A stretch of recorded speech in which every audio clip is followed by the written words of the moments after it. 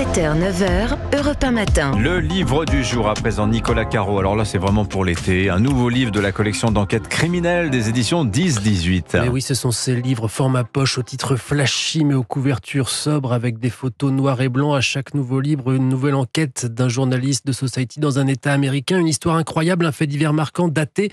Et on rouvre le dossier en le racontant avec les techniques romanesques. Celui-là, signé Hélène Coutard, est le 6e. Son titre, La disparition de Chandra Levy. Alors, on est où aux États-Unis là ? À Washington DC. Mais pour l'instant, on est à Modesto, en Californie, avec Chandra. Modesto, on connaît pas bien. Nous, c'est une petpetite ville pour l'Amérique, 180 000 habitants seulement. Si, quand même, c'est le décor du premier film de George Lucas, American Graffiti. Mais à part ça, bon, Chandra s'y ennuie un peu. C'est une fille un peu particulière. Chandra, pas tout à fait intégrée dans les groupes du lycée, pas asociale non plus. Elle est scout de la police, par exemple. C'est-à-dire qu'elle aide la police à piéger les épiceries qui vendent de l'alcool aux mineurs. C'est pas très cool, pas très populaire. Elle voulait être journaliste, puis finalement, elle préfère la justice. Elle quitte la Californie en 2001 pour son premier stage à Washington. Elle est contente dans l'institution qui gère les prisons des États-Unis. Sa mère, en bouclant sa valise, est un peu inquiète. Elle a l'histoire de Monica Lewinsky en tête. On ne parle que de ça à ce moment-là. Et elle met en garde sa fille qui lève les yeux en l'air, vous savez, puis qui hausse les épaules. Et puis elle part donc. Voilà, puis elle vit dans un petit studio à Washington. Le stage lui plaît beaucoup. Elle commence même à tisser un petit réseau. 7 mois plus tard, elle doit rentrer chez elle, mais ses parents s'agacent parce qu'elle ne donne plus de nouvelles depuis qu'ils ont convenu de la date du retour. Ça lui ressemble pas. Le père appelle donc le gardien de l'immeuble qui refuse d'aller vérifier.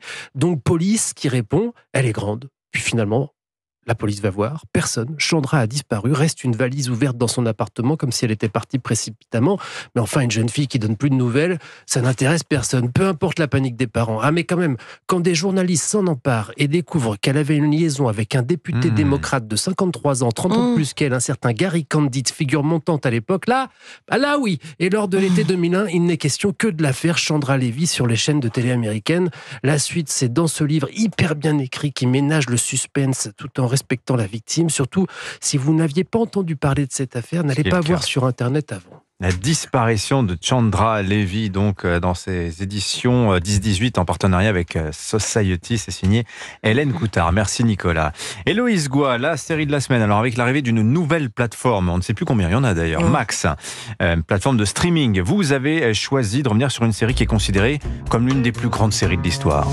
Ah oui, ça faisait longtemps que je cherchais la bonne occasion de vous parler de ce monument du petit écran qui fête déjà ses 22 ans, The Wire, sur écoute en français. Vous reconnaissez peut-être le générique ici.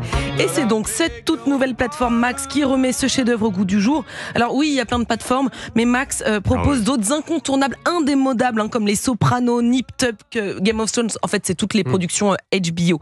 Mais The Wire, c'est peut-être la série à voir ou revoir en priorité, puisque elle a été élue meilleure série de tous les temps par la BBC.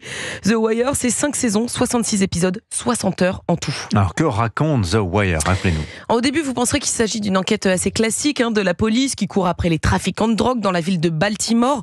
La toute première scène du premier épisode, c'est d'ailleurs un dialogue entre un flic et un voyou. Qui a descendu Morve ? J'irai pas chez le juge.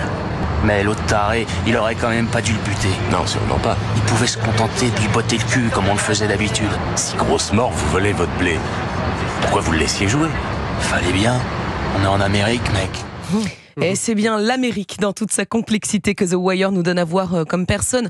Ce qui rend cette série très spéciale, c'est son récit éclaté. Ici, pas de héros, ni de personnages principaux. Chaque saison nous montre tour à tour le quotidien des juges, des politiciens, des toxicomanes, des journalistes et même des enfants dans cette ville de Baltimore. Pourquoi cette série est-elle devenue culte, Héloïse ? Parce qu'elle ne ressemble à aucune autre. C'est une œuvre complète, complexe, romanesque, avec un souci du détail impressionnant. On est proche du documentaire. Et d'ailleurs, c'est un journaliste qui est à l'origine de cette série, David Simon. Il a passé 3 ans sur le terrain à suivre une équipe de policiers à Baltimore. Et David Simon, il dit souvent qu'il s'est inspiré de la fresque de Zola, Les Rougon-Macquart, pour construire cette série. Résultat, on passe par beaucoup d'émotions devant l'écran. On pleure, on rit, on est choqué, énervé, attendri. Bref, on a du mal à s'en remettre. Et pour les auditeurs qui, comme moi, ont déjà vu 13 fois cette série, sachez que David Simon a donné naissance à un nouveau bébé plus récent et très réussi.